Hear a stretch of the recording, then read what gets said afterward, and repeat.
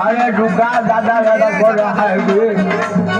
कुछ बोलेगा कि खाली दादा दादा कोई के ससुरा हमार माथा गंगाई दियो क्या बोलो थोड़ा बोलो तो सुनिए अरे सुनाओ क्या बच्चा में सुना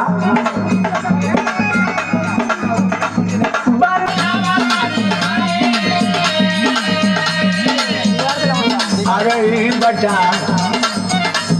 तोड़ वाली बोर्ड की चुनौतियाँ का फैल दी है ये दादा बताई मैं हर ना चुनौती के लिए भइले बाबे चैनी बनावत तनी खाई में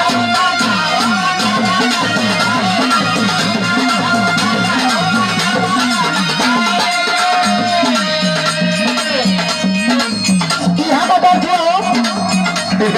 कुछ नहीं दादा ने खाली हाल चाल करे नहीं दादा ढेर दिन पर भेटा है ना कुछ नहीं करो हाल चाल करे थी हाँ बुलवाओ तो हमके का तो के नशा करे से मना कर लेबे नहीं ए दादा सुना फरक ना वो नशा ना करो तो खाली हमरे हाल चाल करो तू चुप रह बोला मत अब जो हम होंगे नटबू अरे सुना पहले इनका हाल सुना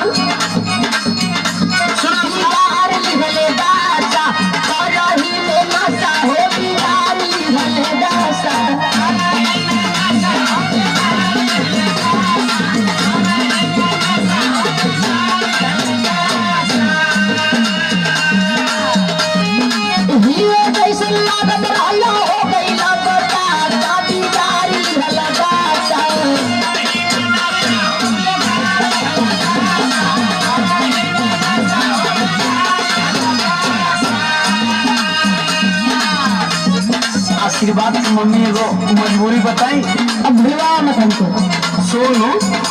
का सुनाओ है बोला आप धराई दिले साथे के संभातिया अच्छा ही टेंशन आ गया जो छूट ना सके था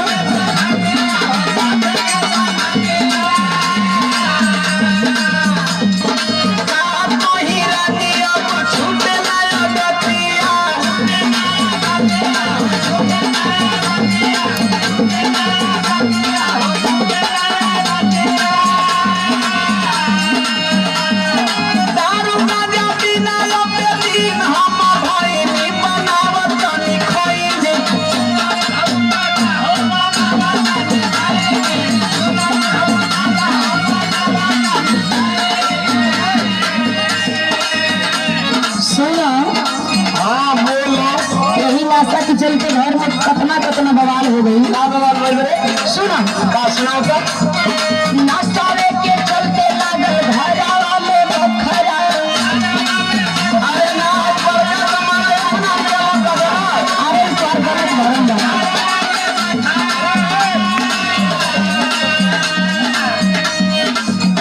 के पड़ोस में करावे लखन झगड़ा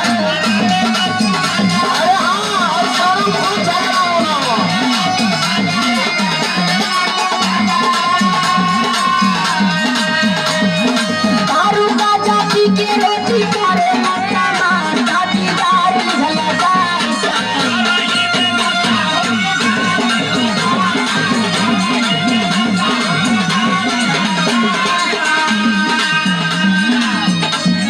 एक बात कही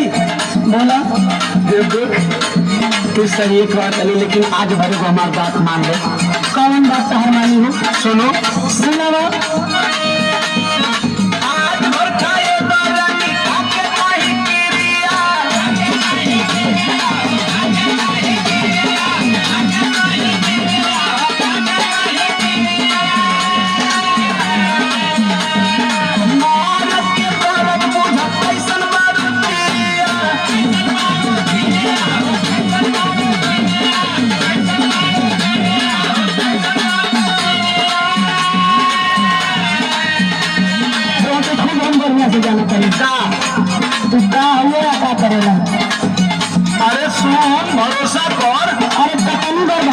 कैले वाली सुन अब ऐसे ना मन में हमको के बताओ अपनी बतावा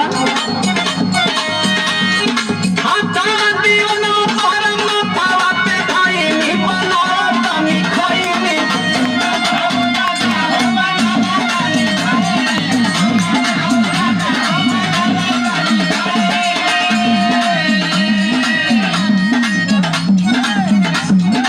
सुनो हाँ कितनी बार क्रिया खैले बड़ा कितनी बार गलती कैले बड़ा अरे अब ना करो पहली बात